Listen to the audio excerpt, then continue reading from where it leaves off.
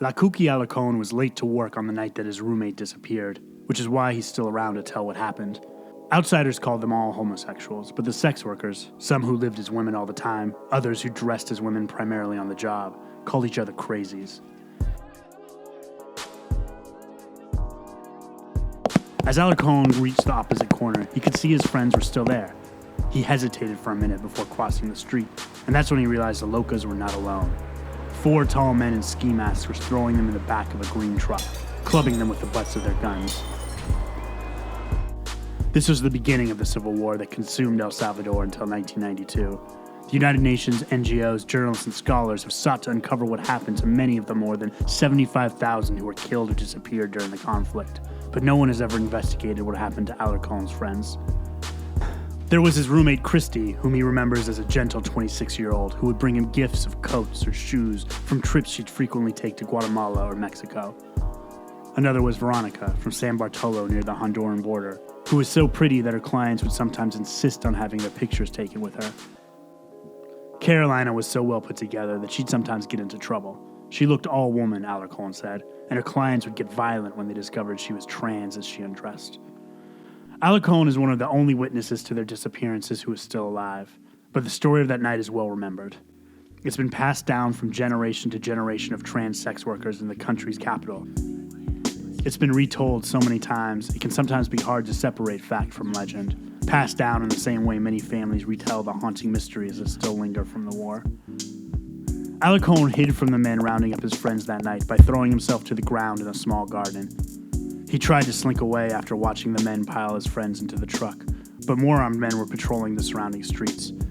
When the coast was clear, he went back to work on the corner. Within minutes, a client had come and picked him up. Alarcon figured he'd see Christy in a day or two, which is how long the cops usually held sex workers after a routine vice raid. But Christy never came home. None of them did. Alarcon went to the police stations to try and find her. He even hired a lawyer, but the cops made fun of him and hinted that his friends were already dead. El Salvador's 12-year civil war had its roots in political battles that had been going on for half a century, and in 1980, it blew up into one of the last and bloodiest conflicts of the Cold War. Bodies were being dumped at a rate of more than 150 a week, which the U.S. Embassy would tally in regular Violence Week in Review cables, even as the U.S. grew closer with the El Salvadoran regime. The death squad's victims were killed in the usual fashion, reported a cable from the U.S. Embassy to Washington, kidnapped by a group of armed men who appeared as civilians, taken away in the ubiquitous pickup trucks, shot or strangled or both, and then dumped along the roadsides. But those who lost their friends believe they died because of politics. The most intriguing part of the legend of the disappearances from the savior of the world, and the part that is probably the most impossible to pin down, is that they were killed to cover up a government secret. They were taken that night, the story goes, in a hunt for 2 sex workers who had evidence of a crime. Evidence they'd stolen from an American. Some of the locals thought the American was a diplomat, while others believed he was a reporter.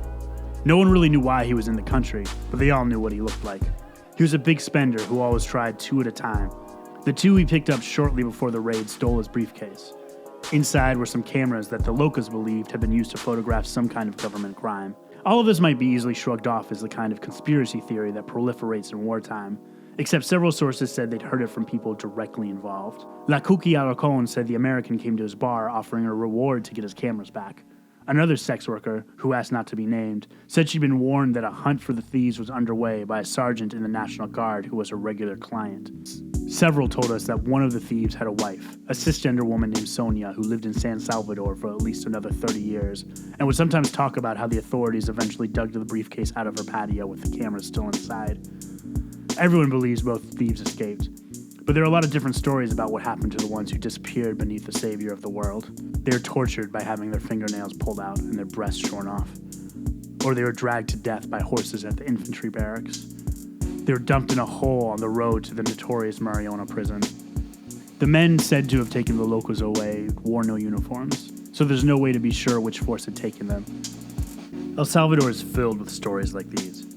People turn into ghosts because unanswered questions are all that remains of them.